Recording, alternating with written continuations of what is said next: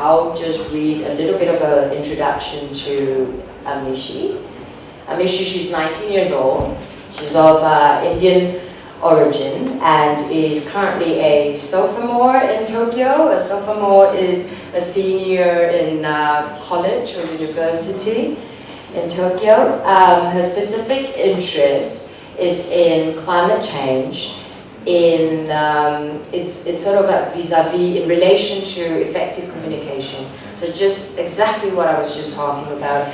How do you translate the science into normal human everyday language? Yeah, so I'll pass it on to her, and you can talk a little bit about the youth climate movement and and how this ties into climate literacy. You have the floor. Thank you, Charlene. So hi. I will try and talk about why climate literacy, or why understanding climate science, is not just the job of climate scientists, but all of us now. We need to do it. So I'll start with the youth climate movements that we've all seen in different parts of the world, including Madrid, of course. So these youth climate movements have been happening in different parts of the world, and most of us, I'm sure, are a part of them, or have been a part of them in the recent past. But let's take a step back and ask, why are we doing these protests, or why are we a part of these movements? Because just a few years ago, Fridays for me was, thank God it's Friday. It was never Fridays for future, so when did that transition happen so quickly? That's because right now, we're facing a crisis that we did not recognize when it was actually forming. We're facing the effects of climate change when we should have recognized that we've started affecting the climate a long time ago. We ignored the signals that we're affecting the Earth's climate in a permanent way. So now we're in the later stage of this crisis where our actions have to be much quicker. We don't have the normal amount of time that we would have had to deal with the crisis because we didn't recognize its existence in the beginning phases.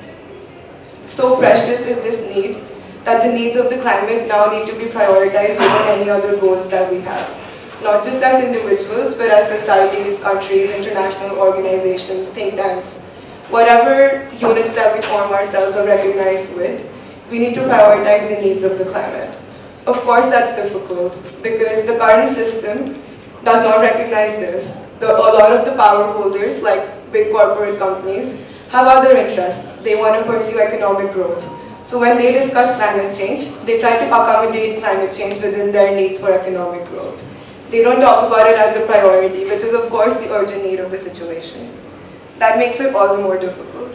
So that sort of explains why the youth is so active and so vocal and almost very, very loud in their demands. We're skipping school on Friday, we're going to the streets, we're protesting. It's not that the world has not faced other threats before.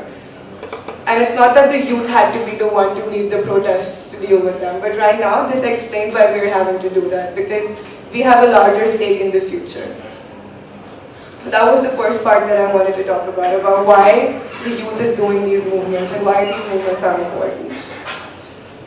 The youth should continue to do these movements. We have to do this because we need to keep making our voices louder until every adult, those who deny climate change or those who understand climate change or have some other stance on climate change, come on the same stance and they understand that the needs of the climate have to be prioritized. However, I don't think that this will be enough in itself. That's the first and the most crucial step. But the second part of what I wanted to talk about is what should follow from here on.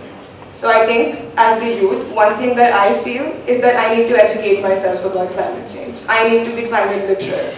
So because today perhaps I don't have voting rights. Today I'm youth, but the youth of today will be the voters of tomorrow. And if tomorrow the youth cannot just protest on the streets, but also vote for political leaders who understand the need for climate change policy proposals, then we can see change happening much more quickly. So that's why I think climate literacy is very important for the youth. And it's a very complex issue to tackle. I'm sure even from the very simple way that Christine tried to make all of us climate literate a little bit, it was difficult to follow along because it's so much information. We're not climate scientists naturally, but the situation on the earth makes us need to be climate scientists, or at least climate literate. So I think one question that I would like to discuss perhaps after my talk or after the session is how do we think the youth can be climate literate? Because it's a big complex issue And it cannot be tackled just by individuals educating themselves. There needs to be more centric approaches or more easily accessible ways to make ourselves climate literate. Now the third part of what I wanted to address is that climate literacy is not just important for the youth who will be the voters of tomorrow, but also for the voters of today. So we're talking about how some countries have recognized climate emergencies, but some have not. Some countries have other policy proposals, some do not. Some political leaders are very recognizing of the situation, but others are in complete denial. And the reason why that is happening is not because we don't have the capability to deal with climate change. I personally believe that the reason that is so is because we don't have the collective will to deal with climate change. We're not willing to put the needs of the climate above our individual needs right now because perhaps some of us don't understand the things that are at risk right now if we don't solve this crisis at this very moment. And right now, to make sure that the negotiations happening in Madrid, the political leaders inside those plenary sessions actually reflect the needs of this situation, we need to make sure that we elect the right leaders. But the youth cannot elect the right leaders, it's the adults of today who can elect the right leaders. So I think very broadly, I'm sure there's other categories of adults, but there are some who understand that the climate change is very important and needs to be tackled, and there's some who don't. But for both of them, climate literacy is important because they need to understand not just that this is a crisis situation, but they also need to match this crisis situation with policy proposals in their country. So right now, in this year, what should very objectively or ideally be happening in each country is there should be intense debate between political parties for revised NDC contributions, because 2020 is the year that different countries can revise their NDCs, which are the nationally determined contributions, or the amount of emissions that they're willing to reduce in the next 5 years. But that's not happening. That's not even under discussion in any of the countries which are facing elections right now. And the reason is that people are not able to understand the link between climate change and different policy proposals. So what I believe is that climate literacy is important for the youth because we'll be voting tomorrow, and it's important for the adults today who will be voting next year or whenever different countries face elections. And when we elect the right leaders, these negotiations will automatically move ahead. Once again, I'll just restate what I said. It's not that we don't have the capabilities to deal with climate change. We've got a lot of qualified scientists and a lot of different professions who are trying to make sure that we have the tools to deal with climate change. But we don't have the collective will right now because we're not electing the right leaders.